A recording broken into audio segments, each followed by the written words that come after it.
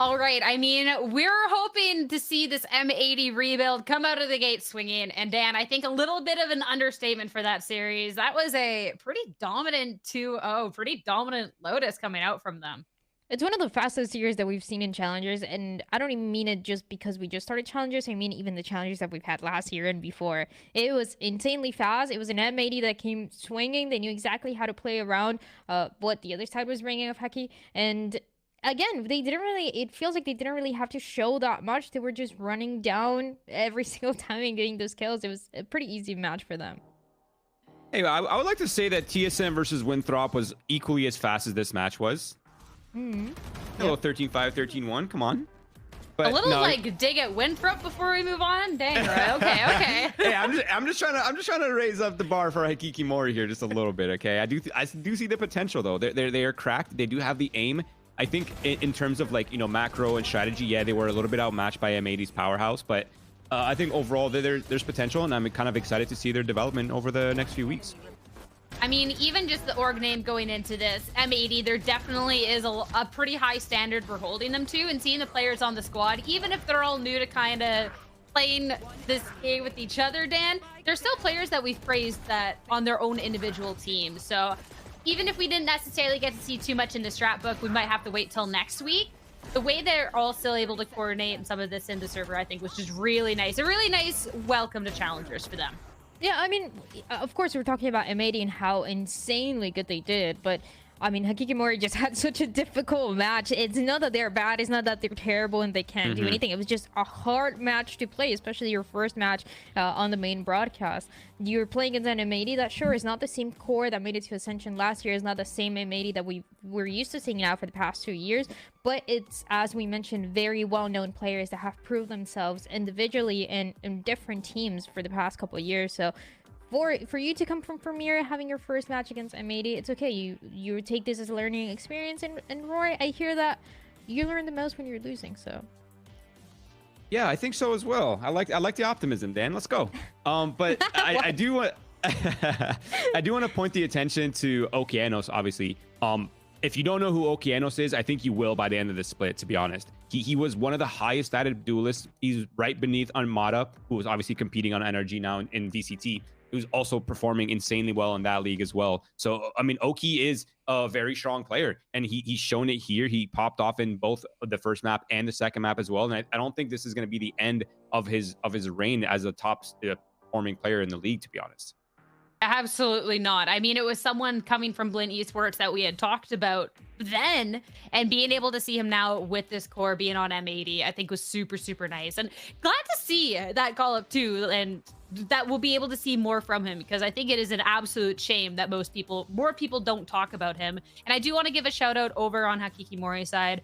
I feel like that was a really difficult matchup, but Ghost had some really nice shots in there. And for Hikikimori, when this is still a learning phase for the team for what these players are capable of, I think that's a hard one to really call when we see them go up against the super team M80.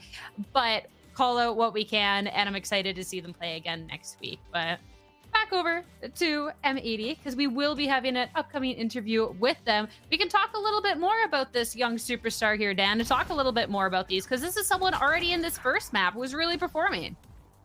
yeah, Okeanos was pretty good, pretty consistent as well. And as Rory was saying, if you don't know his name, you're gonna know it soon enough. But he's been playing for a little bit. If you've been watching Challengers since last year, at least you've heard of Okeanos and how well he is doing. We talked about what he did on Blinn, and this was a collegiate team that we were like, okay, but are they gonna be good? Because we've seen collegiate teams that when they go against these tier 2 teams, they can't really put up a fight against them. But Blinn, we were like, okay, they're really good. They're one of the best, and Okeanos was a big reason why the team was doing so good. And now part of M80, one of the strongest organizations that we have. You need to put high expectations for him, and he's living up to these expectations too. Yeah, I mean, this was a Blinn that the core still did really well yesterday. A couple players stolen away, Okeanos being one of them, and already performing on this new squad. It is really, really nice to see. And when there is this rebuild, M80 looking to make that same run that they have, to see this duelist just be popping off already, definitely, I think, a really good sign for this M80. As for us, well, we were talking about Okeanos, but time to talk to him and head over to our interview. First off, hello, congratulations on the victory, an early night. Hello, how are you feeling after How are that you? Challenger stuff? Oh, good, thank you. We're doing good. We're doing well. I'm feeling happy. It's been a really long off season, so having a game like this to be able to ease into the season is like a really good blessing, and we're excited. I want to talk about this team because this M80 squad, this rebuild, is something that a lot of us have been talking about and we're all really excited for. So talk a little bit about the squad, how everything is meshing, because things looked really clean today. So when Sato gets back, you won't see me on Duelist anymore. I'll say that first and foremost. Whenever he gets his visa, he gets the Duelist rights. He gets to have fun. I completely believe in this kid. He's like a superstar, 100%. I'll be playing the flex role more often. Shout out to We Did for subbing in. It's only been 1 week of practice for us since we started so late. And so some things are still yet to be refined. So I'm happy we showed off and we're dominant today. But like what we showed today is just like 5% of what we can be, right? And that's a super exciting look. And I want to talk a little bit more about you going into this flex position. How are you feeling about that? Because when we've talked about you in the past, when we got to see Blinn Esports and stuff, we got to see you more in this duelist role. How are you feeling now that you'll have to chance to play everything? I'm confident going into it. I've always been like a super hard worker when it comes to this. Like Drew tells me what agent I want. I'm already botting. I'm looking up lineups, like what I need. And to top it all off, like at the end of the day, like you just have to shoot your gun, right? So like you have the same gun on every character. So like there's no difference. I'm not setting high expectations for myself, because if you set high expectations and you don't meet them, you come crashing down. But I'm just going week by week, whoever we play, whatever agent I'm on, just focusing 1 week at a time. Okay. I like that mentality. Is that a similar mentality to M80 now with this Challengers run ahead? Now that I found out you only had a week of practice going into this, like how are you feeling about M80 and this run to try and make Ascension? I'm super confident going into it. Drew and Don, Psycho, he told us like it's a marathon, not a sprint, right? So as long as we get points and just keep culminating wins and wins, all that matters is like we just qualify for Ascension playoffs. We do well, and that's all that really matters. Just take it a week at a time. We're not like say we do play next week, and we're not thinking about the week ahead. We're not talking about, oh, if we win next week, we're gonna play Qbert or whoever. It's just a game at a time, step by step. All right. I mean, this was definitely a good beginning step here in Challengers. Thanos, thank you so much. Excited to see you next week on the Flex Roll. Have a good rest of your night, okay?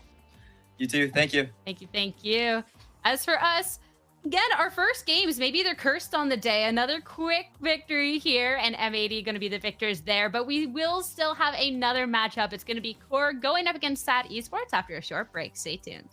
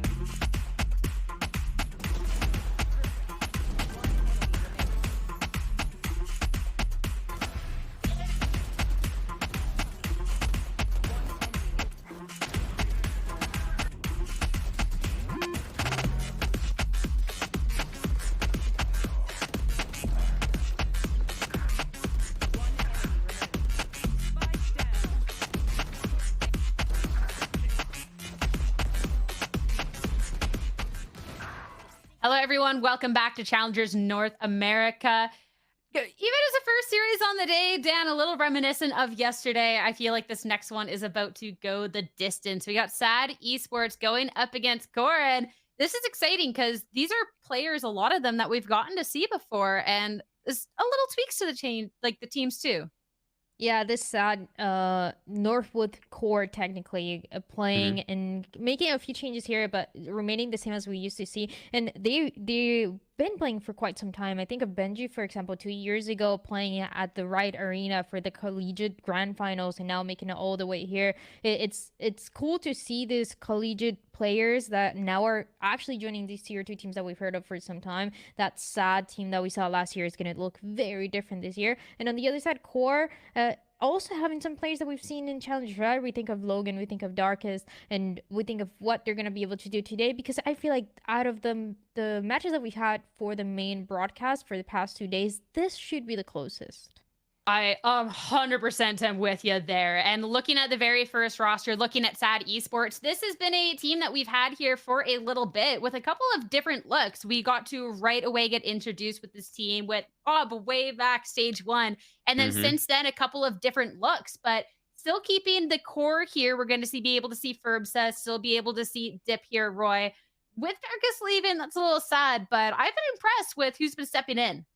Yeah, absolutely. And I think there's this sort of benefit of having like the same core for a while, right? They have the experience under their belt now. They kind of understand how they want to play the game, right? Obviously the meta changes and the maps rotate, and things do evolve, but overall the identity of the team should remain pretty consistent. And I think that sort of consistency is going to allow this team to have a pretty tactical, a big tactical depth in terms of how they want to approach maps, and as well as role diversity and sort of a deep playbook, and something that they're going to need to contest some of the best teams in the league. So I actually have really high faith for the SAD Esports side, and I think their players are very strong and very capable and extremely dynamic. What's nice too about the players coming into this team is this isn't something that's unfamiliar. I mean, a lot of these players have played, there are a bunch of different teams, but they have played together quite a bit in the past, whether it's been with Dip, whether it's been with Ferbsa, whether it's been with both of them. So this isn't a team that's now having to come together. Oh no, how do we get the synergy? We've gotten to see that synergy before. So I think that's definitely going to be a benefit for today. So talking about that core remaining, let's first talk about Ferbsa, because Ferbsa, the very first time was introduced to him, Dan, was as a sub. Then we got to see him on a team, a lot of hype, and just a really consistent player overall. Yeah, really cool. Like you said, really consistent player. And I'm excited to see what this team is able to do and how they're going to be able to play around Ferbsa, because it's one of the names that when he was part of different teams, we were bringing up the most. So it's one of those duelists that we're kind of paying attention of. Okay, at any point, this can be the main topic of conversation for challengers. We're just kind of waiting to see if this is going to be the roster that is going to make it happen. I think it's very possible that this is a dark horse team, and I think Ferbsa is going to be at the helm of that potential movement, right? Because a little known fact about Furby, but he's an extremely vocal player, and he's a vibe merchant as well, and he plays a duelist, so he kind of calls, he sort of says what he wants to do. He's very assertive with what kind of plays he likes to do. He's very comfortable doing that, and he likes to keep the energy up. He's not really a tilt kind of player, so even when things are going wrong for them, he's still going to be able to uplift his team both in terms of performance and in terms of energy. So that's kind of a massive asset to any team competing in this league, in my opinion. And I think just like such a strong piece of the team too, considering in the past we've gotten to see him more on that sentinel role and really just being able to clutch up when necessary. So when we are looking at this team, even if they are familiar with each other, now having to face challengers as a team, I think that's going to be so important. And talking about that other mainstay that we got to see last year, I just talk a little bit about Dip, because Roy, Dip was someone as well. I mean, this was always been one of those dark horse teams. Even when they had a stint where things weren't looking so well, we were always kind of impressed with these players. So I'm glad to see Dip back. Yeah, Dip's been around for a while, and correct me if I'm wrong, but he's also the IGL for this roster, right? So this person is not only putting up insane stats, but he's also IGLing. So it's kind of a rare thing to see, especially in a young talent such as himself. So I completely agree. Yeah. I think he's a very valuable asset to this team. Yeah, that'll be super, super nice. So now that we are going to be able to see this team come together, we got to then start talking about the other team, because when we're calling back to that roster from that get-go, one of the players missing that we did get to see with this core last year was Darkest. And Darkus is still competing, but now just for the other side here, Dan. So I kind of like that we get to see sort of that face off from the get go. The synergy and the players is, I mean, we already none of them have a picture, so they're one. Yes, the they're locked one characters. team. They're one person. But Roy, actually, I mean, you know Darkus pretty well. So Yep. what do you think about the team that is surrounding him this year? Yeah, I'm actually a big fan of this roster, to be honest. The only unknown quantity for me is Timotino. I've never really been on a team with him, or like I don't really have insane insight into how he is as a player. But in terms of Darkus, in terms of Logan, Nerve, and Snarly, I'm quite familiar with what they bring to the team. And Darkus is, in my opinion, one of the most underrated flex players. He's extremely dynamic in the roles that he can play. He can fill control, or he can fill. He's kind of like the Chronicle of the team, right? He can play flex characters, Breach, KO. He can play controllers, and on top of that, he puts up insane stats, and he's one of the most vocal players that I played with on a team before. He's extremely vocal, and just like the way he controls the team, the way he sort of controls late round dynamics and sort of maneuvers these sort of chaotic situations is super important in a team like this. I mean, definitely. Sorry, go ahead. Oh, no. I was just gonna say that he's had some great moments last year. I think we sell it constantly. This was a player that, I mean, first time I heard of Darkus, it was when you were playing with him, Roy. So now seeing him continue to compete and continue to have these great moments, it's really cool to see. I'm just wondering where we're gonna put QOR this year, because last year was kind of that mid-table, and even where in those teams where we've seen Darkus is, you know, doing pretty good, having some great moments, but also trying to see themselves at the top constantly. So that is something that I'm going to be paying attention to with this team. I mean, someone that I'm paying attention to, and Roy, this is the one person you called out as someone you do not know too much about, is Timotino. This is someone too. Darkus tweeted out like, yeah, I joined this team to become a support player for Timotino. Yeah. And looking back, I feel like this is a player that you're talking about Dark Horse team. This is like the Dark Horse player. Like, I think Timotino can be really exciting if he shows up in the server today, Roy. I think the last couple games were a little bit slow, but I think that there's massive potential here. Yeah, and when I was saying that I don't know much about him, I literally mean in terms of his presence on a team. But I've played ranked against Timotino before. Like, I've seen him in the depths of ranked, and he's an absolute demon. So yeah, I think I'm not really surprised to see the stats that we see on the screen. He's an absolute demon. So I'm kind of expecting him to sort of settle into that role on his team, hopefully with the support of Darkus and with Dip IGLing, and the flexibility that the core roster brings should hopefully enable him to become a top performing player. Yeah, in my notes, I have his name underlined, bolded. I'm excited to see this Challengers if you did today. Asterisk, that is asterisk. for sure. Yeah, no, I feel like there's massive potential here. When you're looking at teams, it's always like, do we think the team's making a run, the players making a run? And this is exciting. And going up against this known quantity here, Dan, that is Ferbs. Even just looking across the stats, I think just shows a little bit more true to what we can maybe expect coming out of this duelist today. This is a great matchup for both of these players to prove themselves. We already saw it yesterday. Jerwin, one of those ranked demons, prove himself, do insane and trust and plug and have an insane ACS at the end of that map of Fracture. But now it's time for Timotino to show what he got. We've seen a little bit of him. We might have heard a little bit of him, but now with the official first match on the main broadcast, it's a whole different story. And as you said, going against Ferbsa, known quantity, a player that we've heard of before, a player that we've seen before. But he's also trying to find that consistency and trying to stay at the top. So I really, really like this duo. I think it's the most exciting one that we have for this week. Yeah, and I think a part of Ferbsa that kind of goes undiscussed as well is, I mean, he might not have the craziest ADR and the craziest KDs, but his first bloods and his opening success chance has always been really impressive. And I think that's going to be a sort of a key factor here between him and Timotino, because they're both good at that. Yeah, I am so excited for this. So let's start narrowing in a little bit more on this match and talk about the map picks and bans that we have ahead of us. I'm hoping, regardless of how this goes, we get to see a 3-map series so I can see those two face off on Fracture. But Roy, we're sending it off to Lotus first. It's going to be QOR's pick. Yeah, Lotus is a very interesting map, guys, because it's a map that, yes, is very familiar. Nothing really has changed on it in recent times, but the meta itself has evolved so much, and there's so much room for interpretation to how teams want to approach it. And I would not be surprised to see them lean heavily into either the Breach or the Teho here and kind of abuse these like very utility heavy compositions. I mean, any team that's been making that change over to the Teho that we've been able to see, Dan, has had some good success so far. So I'm hoping that we get to see these teams already trying to keep up with this meta. But overall, Lotus, we get to see, hopefully, like, we'll get to see a good bind. But I don't know. I think this one's going to be so close. I don't know. I mean, we're talking about these compositions. We're talking about the meta, the device, the Teho, all these things. But it's, what, only 2 days ago, SAD Esports, they played this map on a third-party tournament, and they were running a pretty standard composition, I would say. So I don't know. I feel like we can be expecting that more than not. Boo. All right.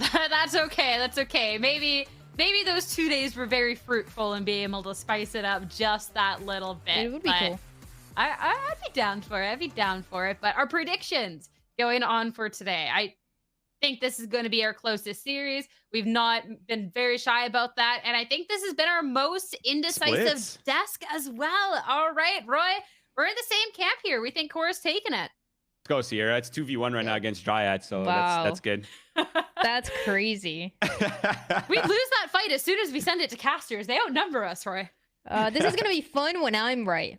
This is going to be so fun when I'm right. Wow. Dun, dun, dun. All right, why are we on each side of this? Then you're the odd one out. So you say when you're going to be right. Why? Where's the confidence? Why? Because this Northwood team that we saw last year and this core that they're building around is a core that was consistent. They were trying to, again, break it and make it to the very top, but the basis that they had, the foundation that they have for this team is great, and I want to see more of it. And again, I mean, you guys were saying it too. Forbes already approved duelists, and on the other side, we just still have our questions about what they're going to be able to do. So, I mean, you guys said it, and now you're predicting against it? I don't know. No, okay. No. So... I think this is going to be so close, and I will happily be wrong on this either way. And my actual original prediction was for SAD Esports, and then I went and changed it a few minutes. Sierra. I went and changed it a few minutes later. I'm so split. I think if Timotino shows up in this server and gets that support that Darkus is talking about, I think they win this game. I think if they do not have this duelist, who should be the star duelist, start to really step up and pop off, I think that this should be a SAD Esports win. I think it literally just comes down to this duelist on the other end, someone we don't have nearly as much tape on as we have Furbza. And if he shows up, I think Car takes it, Roy, honestly. Listen, I don't care if you predict and you're wrong, but flip-flopping like that, zero conviction is crazy. What do you mean zero conviction? Crazy. I sat here. What do you mean zero conviction? Where is this coming from? I'm going through my notes. I'm going back and forth. Like, what is this? That's crazy slander. Crazy. No, I think the truth, the one thing that is definitely true though, from your like kind of choosing one side, then realizing, okay, maybe this is going to be close, is the fact that this is going to be close. Like, there's really no other way to put it. I would be absolutely shocked if this was like a 13-5 or like kind of what we just witnessed with M80 or with TSM. I would be absolutely shocked if it was that result. And you just jinx it. Thank you, Roy. Thank you. Oh, you're not one to talk, Dan, on the desk, James. What do you mean? We've turned on each other. We have turned on each other. Was I wrong about the last match? I was not. It was, guys, it was a stomp. I said M80 should 100% win, and they 100% won. So I have pretty good win rate on these predictions. Well, actually, no, I didn't get the second by 1 minute. Guys, what you do not know is the second Dan says, yeah, this team's won this round, the round is instantly lost. Instantly. They know now. They're getting to know. Don't worry. Crazy. But all right, before this breaks out into an all-out brawl on the desk and we start throwing hands, we're waiting for our players to get into the server zone. Perfect opportunity to go get some water, get a snack. We'll be right back with SAD Esports and Core after this.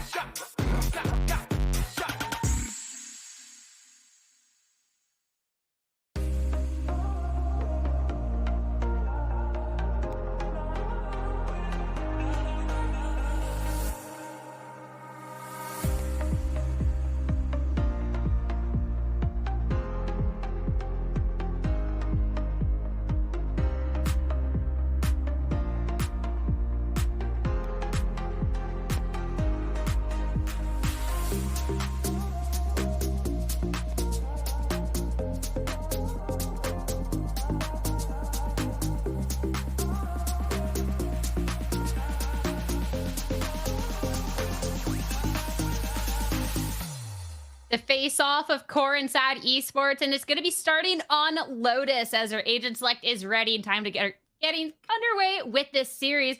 I know we had talked for Sad Esports. It might not be a spicy one, but Dan, I was double checking what Core had, and there might be a Tejo. They played it recently. I'm hoping so.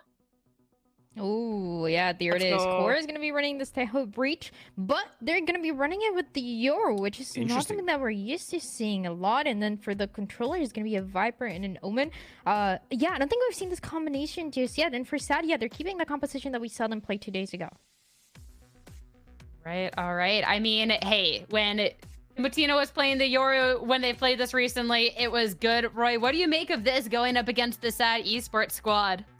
I actually kind of love Core's composition. The lack of Sentinel going in for the Viper as the sort of pseudo Sentinel agent, I think is a really good option because of the fact that Tejo is just, or not even just Tejo, but Breach, Raze, Tejo, Sovo, those agents are extremely annoying to play against when you're a Sentinel player. So them opting off the Sentinel, yes, might weaken their network information, so to speak, but it's gonna give them a layer of sort of kind of an advantage to the counter picks. All right, well, we get to see something a little bit more chill versus all the chaos the Core has to offer. First map in what should be our closest series of challengers. Let's get it underway and head back over to Uber and Wyatt. Thank you very much, crew on the desk. Yes, Sad Esports versus Core used to be a middle table matchup, I guess, back in 2024, Wyatt, if you think of it. Tougher end to the season for Core. I think they only get 1 win in their group in stage 2 of challenges. Whereas Sad actually end up competing in the playoffs and getting knocked out in the first round of the lower bracket, but they run into, I've got like M80 and TSM back-to-back or something like that. So pretty solid roster, and one that we thought got way better with the addition of Ferbsa and Dip. Yeah, a lot of changes for these two teams headed into 2025.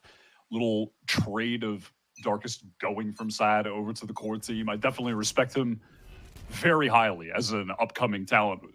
Very much in agreement with a lot of what Roy said about him on the desk. I'm excited to see more of him this year for sure. Shadows traveling. I kind of like this Breach Tejo look with that traditional like Viper lurk wall over towards the A side of the map, and immediately we see a Sad pull off that site entirely as soon as C starts to get walked on. Logan flattens Ferbsa though as soon as they try and peek out from door here. And that'll have to be toggled yet again to get the defenders into the game. Dodge that paranoia as well. Logan, surprised not to see him come away with that one, but the damage was enough that Darkest could follow up and finish Dip. There's only 3 left here for Sad. Snakebite's going to keep them out of the sight for the time being now, but they run headlong into the defenders. I already have a feeling this is going to be a scrappier game as Sad on the retake, just trying to get their pick of the litter when it comes to these duels. Logan screaming, pleading for help. Anybody, please, anything. He's just fighting a 1v3 at door. Everyone else is like trying to take space forward in other parts of the map. They completely hung him out to dry. He goes down, and then the retake is coming in from multiple angles. They would have needed to then win the fights in Waterfall, but Atsuzi had like a good wide swing there with the classic. Well, Benji peeked kind of close. Yeah, took that initial duel, and then, great little double swing there. They smoked Logan off the site as well. There's the dark cover there, so they can't help him. Logan is completely isolated against like the 2 or 3 players that are trying to make their way out of B-Link.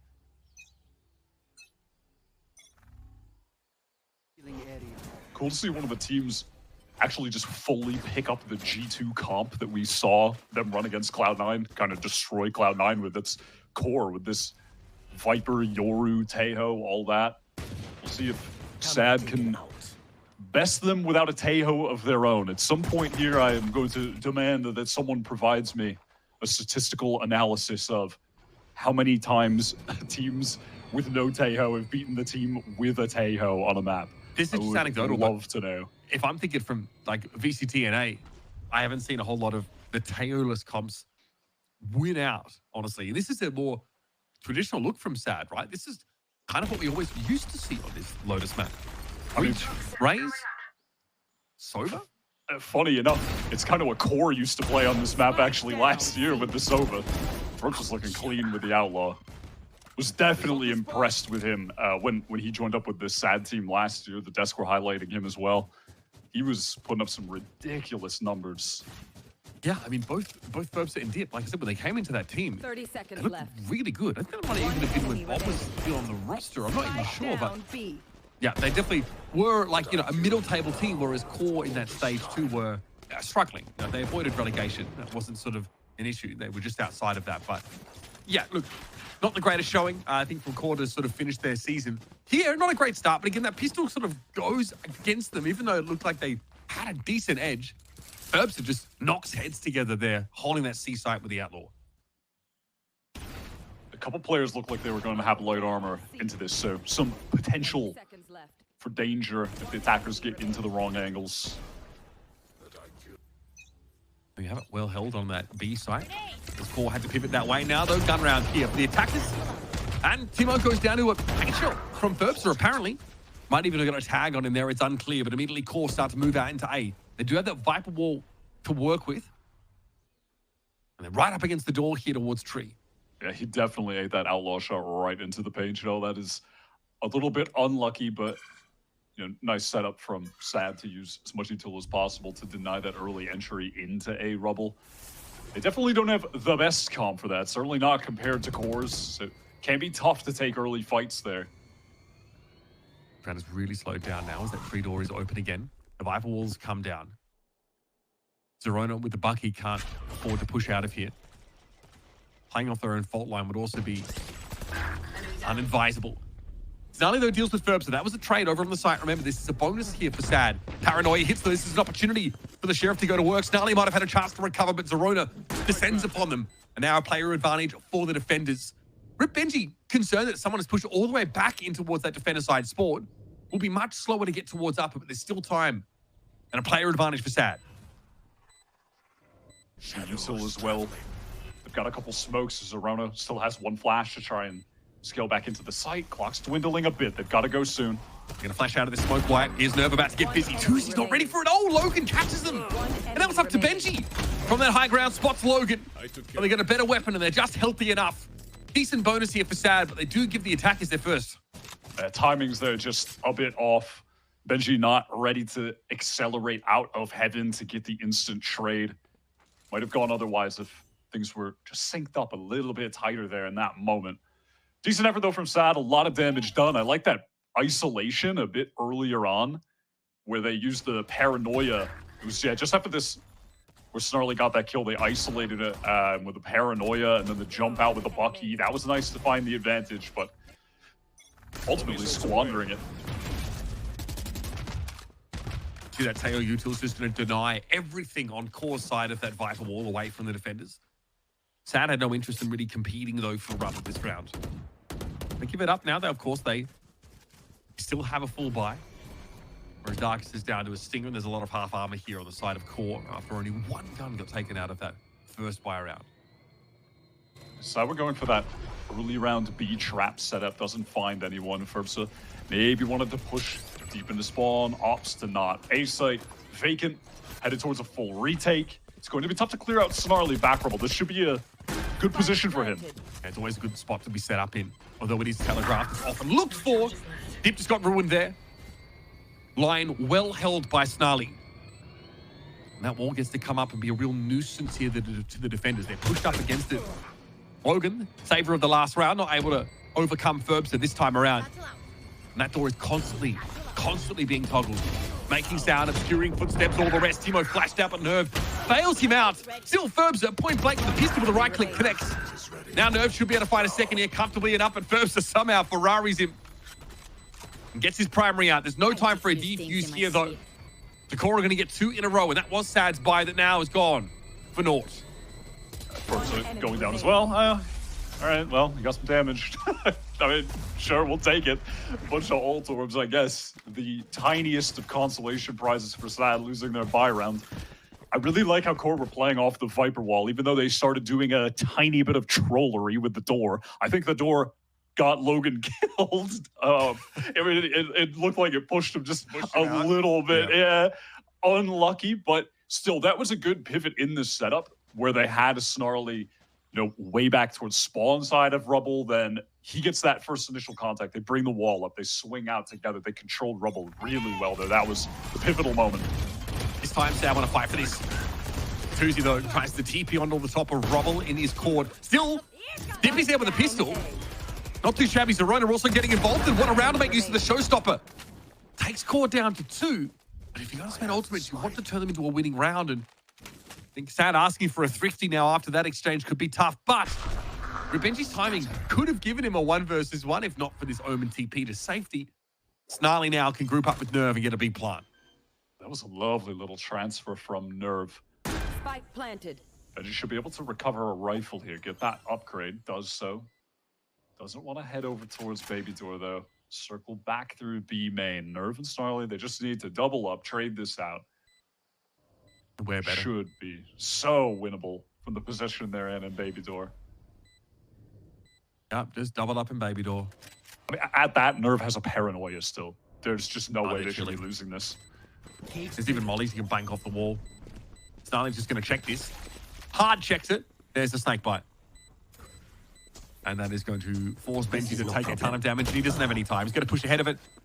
Pretty open and shut case there for Core. 3 attack rounds already been built up after having lost the pistol.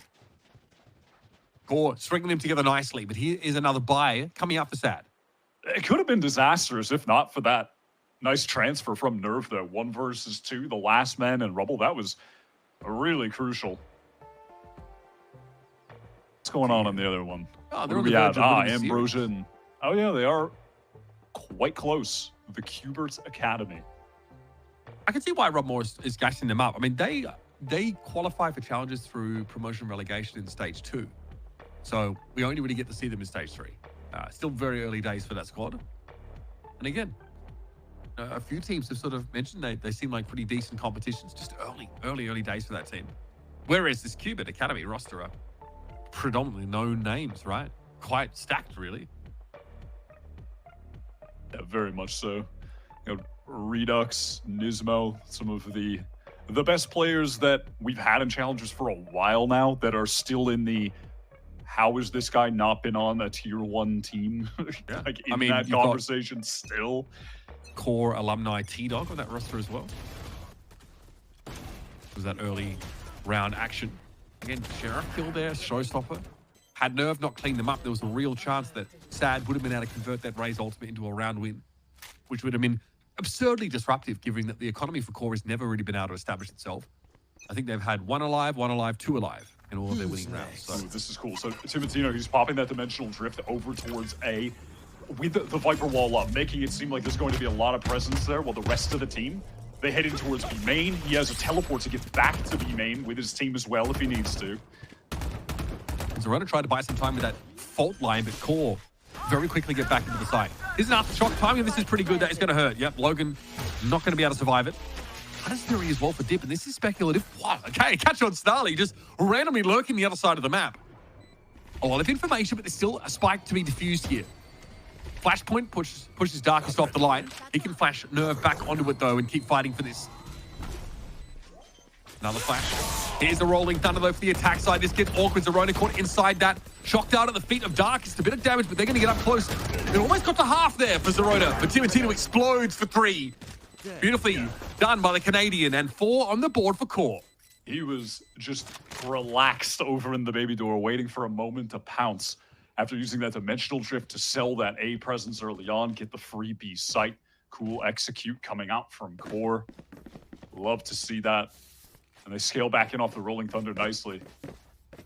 That Hunter's Fury Aftershock was pretty cool, though. It syncs up perfectly. You know, Logan would have been able to survive if it weren't for the Hunter's Fury. He would have gotten hit once by the Aftershock and then gotten out of it, but it gave Sad the free kill. The advantage wasn't enough.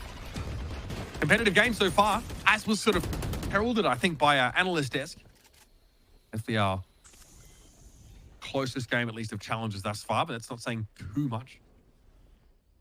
There's a big group up here by Sad on the other side of this. Look, they are really varying their defensive setups here. Viper Wall comes up. Oh my goodness, the Sheriffs go to work. That's 2 quick ones. And somehow Sad are able to extricate themselves from this situation, even with the salvos coming in from Logan. Nerve, they want to recheck this smoke again, but Sad have just fallen back to a second line. Tuzi dodges the paranoia and finds 2. Oh, there's the makings of a dirty thrifty round here, folks. It's up to Logan. And a Rolling Thunder, just in case he had pushed out, but no. He's still playing a little bit further back. This aftershock does threaten. Logan wants to take the fight, though. He says, well, there's no point. Cat's out of the bag anyway. These guys better win the round after that. They've invested a lot into this 3v1. The whiffed Rolling Thunder. You have to win this. Is Logan up against 3. One player takes contact, the other 2 swing. It's just not winnable, Wyatt. What a thrifty here for Sad. They got close over the last couple of rounds. Finally, they break through. Their aim has definitely been on point. They've gotten a hell of a lot of share of headshots early on in the half. They are looking like they got their extra warm-up time in. Just that double swing, triple even. Or attempting that was the flash coming in, actually, but well done pressuring A-Man so close. That's got the economy in a terrible position now for Core. Rifles stolen away. Yeah, still can buy, but they've just not had a clean round, Wyatt. Whereas Sad can build on this. They actually have enough money to potentially buy in the next, but Snarly just goes ham on them. They push out a B. Snarly, one of the core members from last year, he's heard this as well. Zerona's coming, Snarly takes 3. Wow, that is, geez, win a thrifty like that and then just run it down out of B. The dichotomy of Sad. Zerona was making a little bit of sound there. He definitely thought he had a timing that he, in fact, did not have. Snarly just gifted a nice trio of kills on a silver platter. Good way to open the round up. I do want to see that on the replay. If there was any util that came through, I wasn't able to catch it quick enough. It came through for Sad to try and push out there. If that was just a pure dry contact peak. That has turned this round into just a straight save for Sad Esports. Again, they can afford 4 guns in this next round. To have them taken away would be a problem. Timotino gets close. I don't really think Core wanted to lose too many here either, but that's fine. Pretty clean round. Almost flawless had they not been looking to try and take some guns away. So this attack side campaign for Core still looking pretty shipshape. Forbes is going to pick up the operator. Full investment down to 0. Kitted out. They'll be able to drop a gun over for Dip as well. Benji's got the cash. Essentially everything on the line here, though. Yeah, this is an inflection point. For Sad, at least. Look, 4 defense side rounds, I don't think they're upset about. Even 3 is salvageable. Confirms to put this operator to work. I just don't think there's going to be much action on the C side of the map.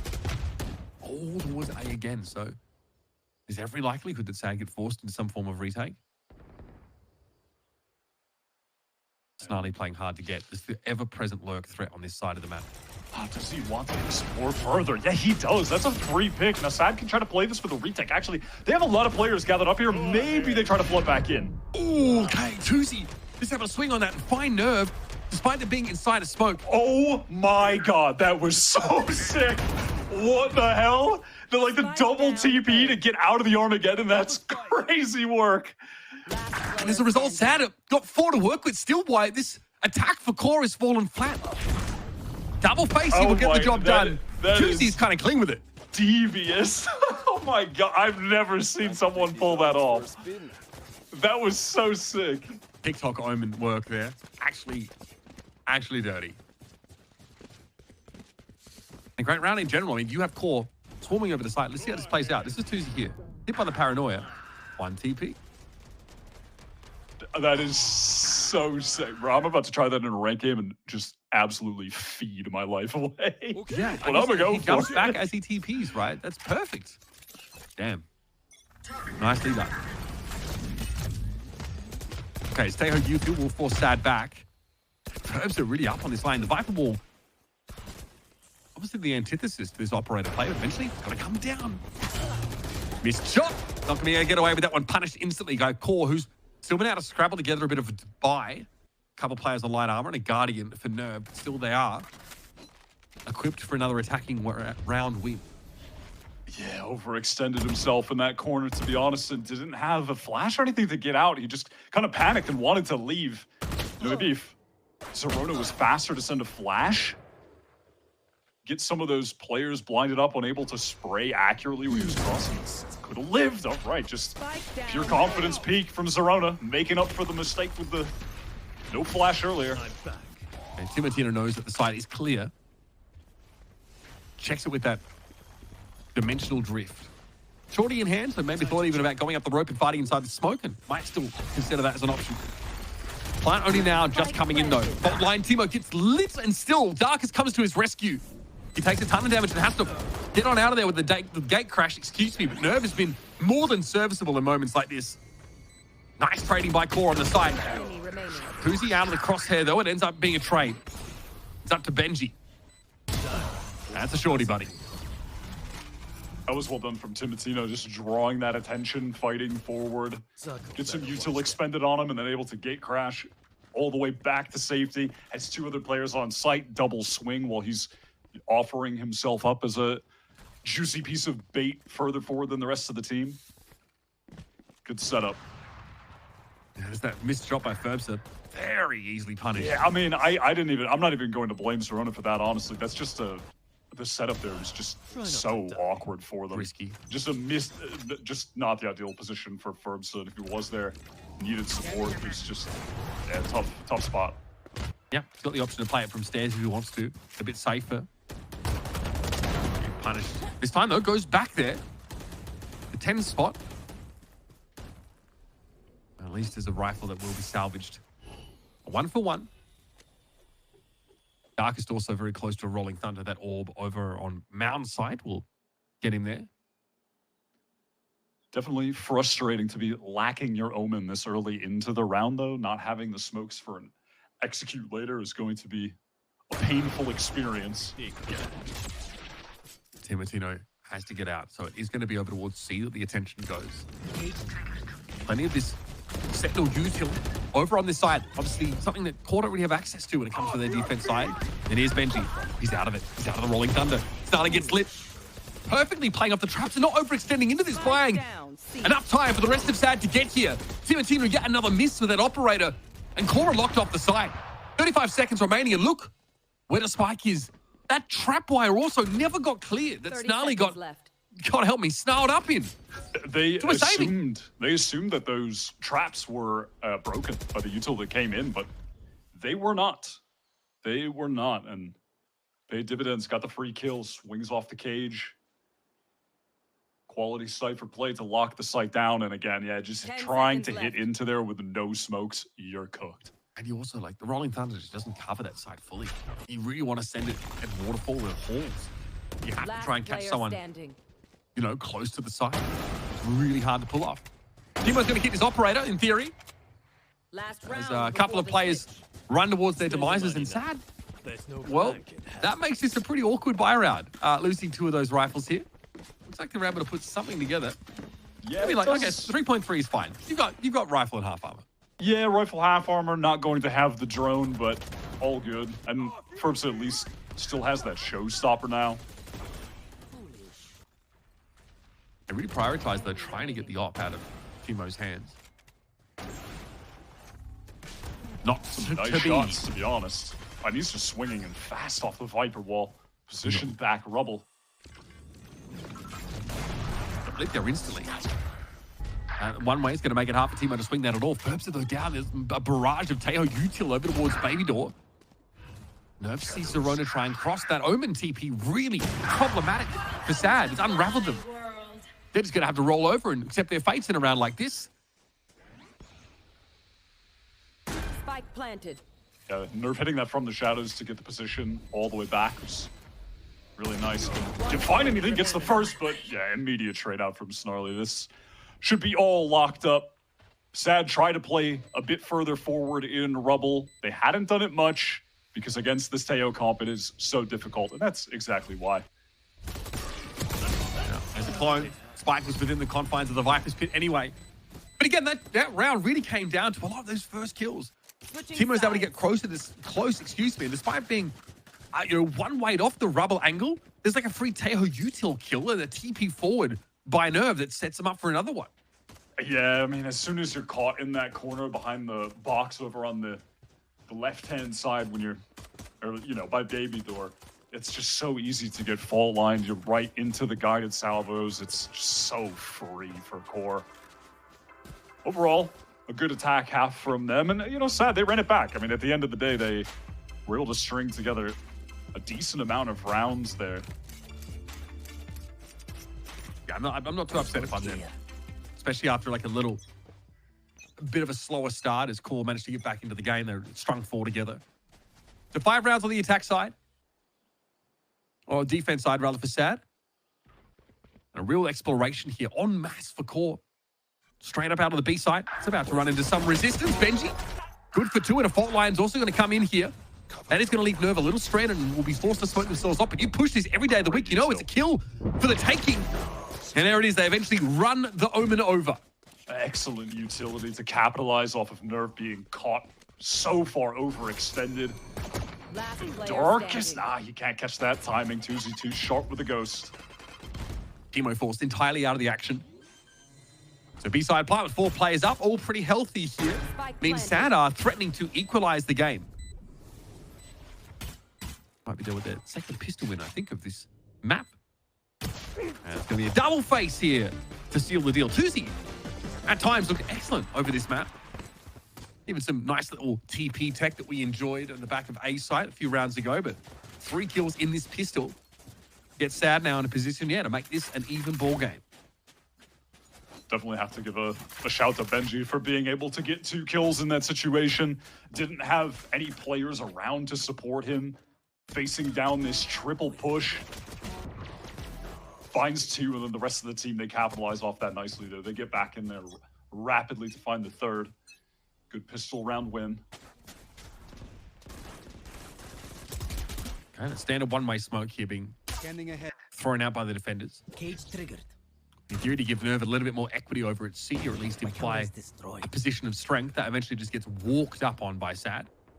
Who take mount control. Looks like they take the orb and already are pulling Div out as they know they're on a timer in rounds like this. And Benji taking down Teemo means that there's not much threat of a push up from the defenders from A. Gets an additional tag onto Logan, brings him down to half HP. A real oversight from the core players there, honestly, to not suspect that he could be moving over to Rubble. He caged the cross off. Caught totally unawares, Timatino. And it's a pretty standard play, right? To smoke that cross for yourself or to cover it with some form of occluding util. And QOR has been entirely pulled to A. Sad can walk into a completely open seaside. They played around this anti-eco really, really well. Should be so free. Yeah, they should be able to retain as much weaponry as they want. And at the moment, there's no one really getting too close to an ult that you would want them to be the specific player to go hunting. Like, that's definitely something you would look for in a situation like this. Maybe Zerona has the ghost. You want to get close to that Rolling Thunder. Only has 2 orbs now, but you wouldn't be mad at him trying to play a little bit more actively, take some of these duels. Paranoia has to have hit at least 3 players. Tuzi with a big connection on QOR, who have to syncopate their push onto the side. Verbs are briefly flashed, but Zerona here gets to be the aggressor. Picks up Snarly for their troubles. And remember, this is really just a ruse. It is going to be a plant for Mound. And Nerve has to know it at this point. It's a matter of getting exits on the way out. Benji brings him down, and we, as predicted, have ourselves an even game. And Benji just runs on in there to collect one of the dropped rifles, recovers the Guardian. Currently is the player closest to an ult, actually, for Sad Esports. You can definitely get some big value out of the Cypher ult when it's used at the right time, getting close to it. This was the play that really opened the entire map up, and again, yeah, just an oversight from the defenders, to be honest. Yeah, an easy kill for Rip Benji that forces all of them to A. All right, round 15 on deck. Zerona, like you highlighted, looking to build up that Hunter's Rolling Thunder, almost halfway there. And another exploration out towards Mound by Nerve. Again, behind that one-way, they do get pretty active here. It's something that could be punishable in time. You can also counter-smoke this one-way if you should choose to. We're getting some pretty solid info across the map. They're pressed up fairly far on A. With Timatino. Nerve is peeking for some info and does get that. Knows that both initiators are towards the C site. That is some strong presence shown. Drawing rotates. Every corner on this mound area is being cleared. Logan Stroke gets a spot out. Benji might suffer some pressure here. His core might look to push out a B. His door opening. Darkest might be over his center for this. And yep, Zerona comes on in. Brutal stuff. There was a concussion there from the special delivery, but Zerona shrugs it off. Logan tried to come to the rescue of his other initiator. Now he's going to be under a lot of pressure himself. Cut in the corner, a one and done is all he gets, and Core now down to 2. This gun round here in their second half looking lackluster right now. Spike planted. Core doing way too much in B main. They try to timing the salvo there, it just doesn't work out. Maybe Nerve could catch an opening kill here if someone's out of position. Timo tries to Good flash flash. himself out, or rather he flashes it for Nerve. Nice little 1-2 here. Paranoia comes in. Benji hit by it, but gets close enough to Timo to be able to see them. Now it's on Nerve. As to know, of course, that the Cypher is set up in Baby Door, but no one knows where Tuzi is. What? Okay, apparently Nerve does. He was half already. Gets off of it for now. He knows he has a bit of time. Cam pings him once more. Benji playing it as carefully as he can, but there's enough time for a defuse. And Nerve absolutely bloody bails Core out in that round. 4K and a clutch for the Omen. In a 2 versus, what, 4? I mean, yeah, it's the initial 3 players just dove headfirst off the cliffside, like straight into the rocks, like the scene from Midsummer. I mean, I don't know what was happening over there at the top of the round, man. Like, they were trying so hard to force getting a kill onto the lurking Cypher. They threw all those players away, but Nerve a little bit too experienced, too sharp with the shots. I mean, the headshot through the smoke was crazy. They really should not have given that round away. Tough loss. I'm going to say Timo set him up pretty well with that flash out of Baby Door. Let him swing in and get rid of the breach, who was in a really problematic spot. So sad, though, still able to buy, of course. Core, though, starting to shore up their position a little bit more, albeit 4 half armors. Now we might have Sad scale up a little bit further on this C side of the map that we'd seen in the last few rounds. Nerves happen to give them this ground. And Benji's been really, really slow about this. A showing of A presence. They're not set up for this. That could have been a great kill opportunity and still may be. Purpose is weak trying to get out the way from the bullets. Barely manages to do so. Created a bit of space, though, with that paint shell thrown in, allowing for Sad to try and take over this side. Here they come. Oh, that's a problem. Clone flash affecting Sad, but the dark cover really makes it half a nerve to see the wood for the trees. Here's that rolling thunder coming on in. Ferbs wants to try and take the fight. He's gotten his way into halls. Now the 2 versus 2. Flash for Zerona. Tries to take the fight. Runs out of bullets and gives Snarly a 3rd.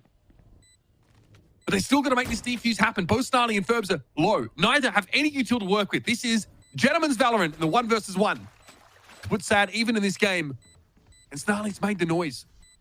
Ferbster sees them. Surely Snarly knows! That's dirty! 2 back-to-back 4Ks for Nerve and Snarly. 2024 Core alumni. Keeping them ahead in this match. Oh my god. These rounds should not be going their way. Getting the kill stunned up with the classic. Again, just a purely cosmetic utility item. Stuns are not real. I think we saw Zerona get 2 kills while stunned earlier. They are not real. That is so sick, though. Ferbs, I think, regretting being too happy to go for that fight. I mean, just swings immediately off the first tap. Completely read by Snarly. And the economy's broken. It was on the line that round for Sad. We just criticized Core of trying to do too much. Sad really in a hurry to push off that C site into post plant. Let themselves slip there in a 2nd round in a row. Nerve this time is set over towards this B side, and there's also a gate crash so that Timo can reinforce. Tuzi can sort of break this sort of one-way setup now by TPing across. Yeah, no crossfire opportunity, rather, especially when you can just gate crash out of there. So a free kill for Timo. Gets right back into the C site, going to post up towards Bend. Sad have been trying to take advantage of the lack of Sentinel by just contacting into this site. We've seen them push through the smokes before. They did it just on the last round, and here they go. Just don't check that. Nice for that corner. This will be a cleanup now. Sad. Sussy economy coming into this round. Can least buy for the next one, but pretty unconvincing. Core seem to have found their measure to some degree. This one should be over shortly. 3 for Timo. These multi-kills galore for Core. It was a desperately needed clean round from Core. Every player was like sub 300 credits there, I believe, or just about. So they really needed that opportunity to stabilize their economy in an anti-eco. They do just that. That's got them in a pretty solid position now to close out this game. SAD are still in that economic danger zone. This round is going to be massively important. They have the Hunter's Fury to play with, maybe an opportunity for Benji to do something with his neural theft, but really, out of the timeout on Lotus of all maps, I am curious to see if they have something cooked up with Tuzi, their Omen, having From the Shadows, because that is an execute that we will see frequently on Lotus attack, where you have your Omen teleport behind on usually the C site. It was actually Core, they did that on A earlier in the game. Stairs, yeah. Yeah, to get into stairs. So definitely, if I'm the defending team here, I am very weary about the potential of that Omen teleport execute.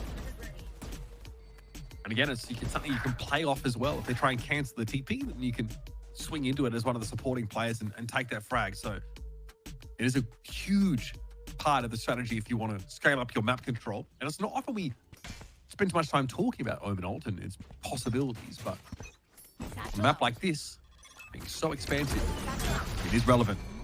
Is the satchel across there? Turbs it unscathed, is able to get to rubble, but Nerve loses his. Tuzi's able to push up against this, and there's Hunter's Fury being thrown out as well again. Sada, so aggressive. They push so far into all of this. They get gunned down. Unfortunately, they met their match because they had one player in the Hunter's Fury. Benji was watching the extremity, and Core were gathered up. Again, just with Tejo, Breach. It's such oppressive utility to fight for A that even with the Hunter's Fury, SAD just can't best that. And with the shots from Logan on top, I mean, those were kind of sick with the Guardian. So another buy around for SAD here, threatening to collapse. That's lovely huge for Dip. Give me a corpse. Yeah, I know I bet he would like exactly one. where you are. SAD definitely wanting to try and get a read on what Core setup is right now. Dimensional drift for Timo. Comes that util. Dip's able to get away from it. Timo's going to set up here over towards door and be joined by Snarly. Finally getting activated on that long, late flank. Here's that tree door coming open, and Timo, yep, has to at least make a trade. It's up to Benji now. Flash onto the side. Benji playing from upper. Tucked in here. It's a decent spot, but he can't see the spike. And there are already eyes trending in that direction. Benji has to drop and physically interfere with this. Logan got it a half already. This is looking harder and harder for Benji, but a second and 2 guns aimed at him. Means that Core can make yet another one happen, and they are running away with it on this defense side. Logan just opts to get off the spike to take a 2 versus 1. Armageddon, didn't get the kill, but it did push Dip into an uncomfortable position where he then had to fight the 1v2 in tree. That gives Core the perfect opportunity to just man advantage, trade things out. Really, though, that comes down to Logan, honestly. I mean, the defensive utility is so good for fighting A, but it's all for naught if he can't swing and get that second kill, crucially, with the Guardian. These rounds have been so close, and it's just Core coming out on top and just these tight situations with only a couple players alive. SAD have not been able to clutch up. And Core just have the composure to deal with these flood attempts from SAD, whether they're in like retakes, they try to push it off the side, or last round at rubble, where they really try and get deep onto A. Poison's off. Experience and that aforementioned composure paying dividends. Snarly gets lit here. Just a customary brace of shock darts sent in Snarly's direction that he comfortably avoids. And SAD still have to figure out where they're supposed to go. Benji has not really been trying to penetrate too deeply into parts of this map, especially not on these eco rounds. We're getting to the point in the round pretty soon where the gate crash is going to expire, but ultimately doesn't seem like it's going to be relevant because Timatino will just take it to go back, give up A. Things have been quiet with Sad just working up close speed. They want to go for this full execute. Okay, Ferbs has the timing. Yep, Logan has the util in his hand. Still Benji though caught out in the open. Clearly blinded. And here comes Nerve yet again. Zerona falling to the second of those guided salvos. And once again, Sad Esports crew down to 2. Still no plant to speak of. Still no access to a site. If they try and bounce to C, Snarly will be lying in wait for them. 20 seconds left. They have to go through the poison orb. They should be cooked. They're taking big damage. It's just easy. Just easy for him. Oh, the spike's up there. That's not good. That is cringe. And Snarly gets the job done. Sad have nowhere to go and nowhere to hide. So that's the spike type moment. You hate to see it. Sad are really struggling to control over towards A, which was definitely expected going up against QOR's comp with the Tejo breach. But because of how easy it is for them to control A with those agents, there are rounds like this where they can just have Timatino go play close, has the gate crash to get away, and the rest of the players all drifted towards C and B. They were set up to counter that hit because of Timatino getting passive info on A. Timo's deep. He can afford to be. Gets himself out of harm's reach there. And it's still going to be a push-up for the defenders in that rubble direction. Really feels like a last hurrah here for Sad. They've got great ultimates to make use of. What do they try to re-clear at this point?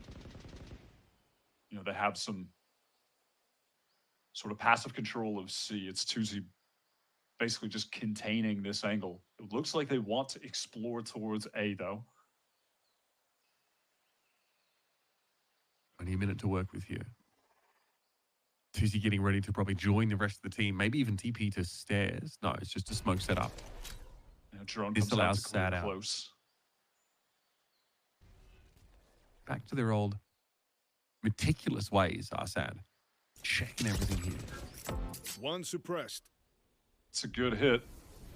Finding out that the breach is over towards the A site with 35 seconds on the clock. That's going to draw a rotate. Stairs is going to get smoked out here, and if you're a baby doll, you are hearing Nerve creep up now. It's going to be a double swing here. Nerve is going to be instant or a mental sat in the corner. It's not checked. Ends up being a 1-for-1, but it's messier than Sad would otherwise have liked. They're trying to pivot over towards B, but that seems like a risky proposition. Darkest already found Zerona, and here's that rolling thunder for the defenders.